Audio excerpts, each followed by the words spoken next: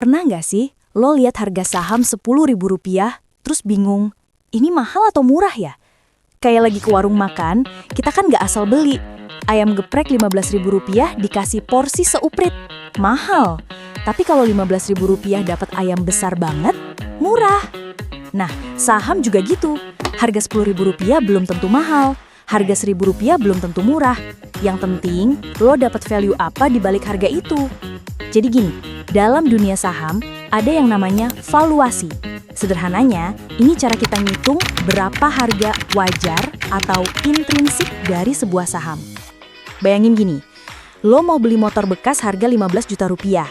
Tapi setelah lo cek, ternyata motornya tahun tua, mesinnya udah lemah, bodi baret-baret.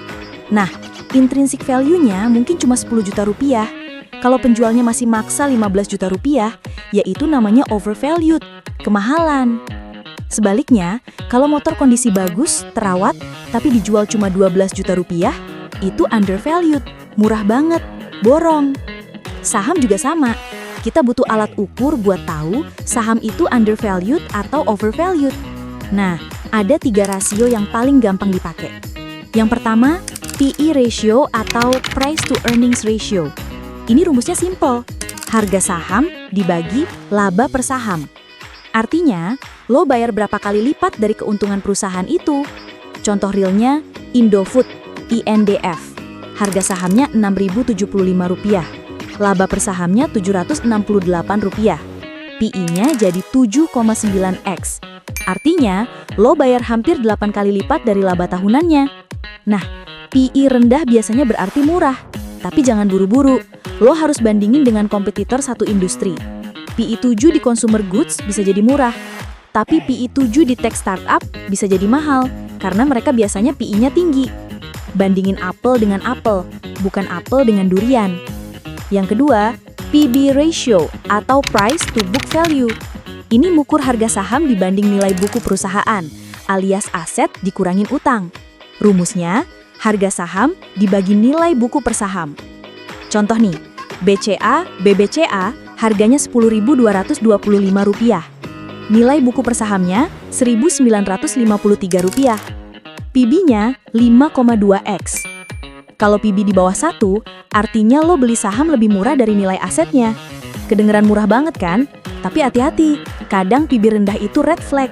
Perusahaannya banyak utang atau prospeknya suram. PB ini cocok buat valuasi bank atau manufaktur yang asetnya banyak fisik. Kalau tech company, kurang relevan, karena nilai mereka ada di brand, teknologi, bukan gedung atau mesin.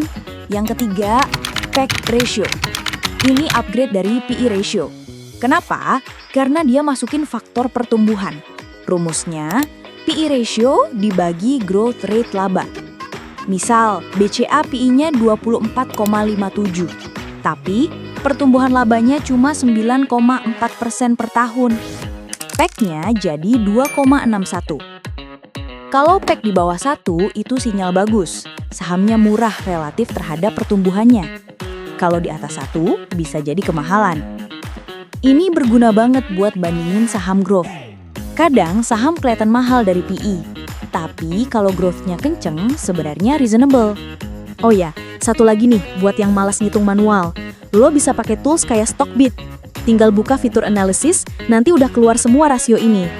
Bisa lihat juga apakah saham ini lagi murah atau mahal dibanding historinya sendiri 3-5 tahun ke belakang. Praktis banget. Oke guys, jadi ingat ya, PE ratio buat lihat lo bayar berapa kali dari laba.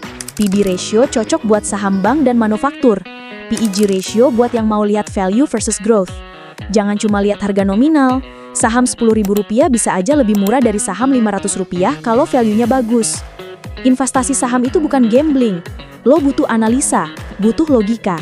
Mulai dari sekarang, sebelum beli saham, cek dulu rasio-rasionya. Kalau video ini helpful, jangan lupa like, subscribe, dan share ke teman-teman lo yang juga lagi belajar investasi. Ada pertanyaan? Drop di komen. Ya, sampai jumpa di video selanjutnya. Happy investing! Dan ingat, invest smart, not hard.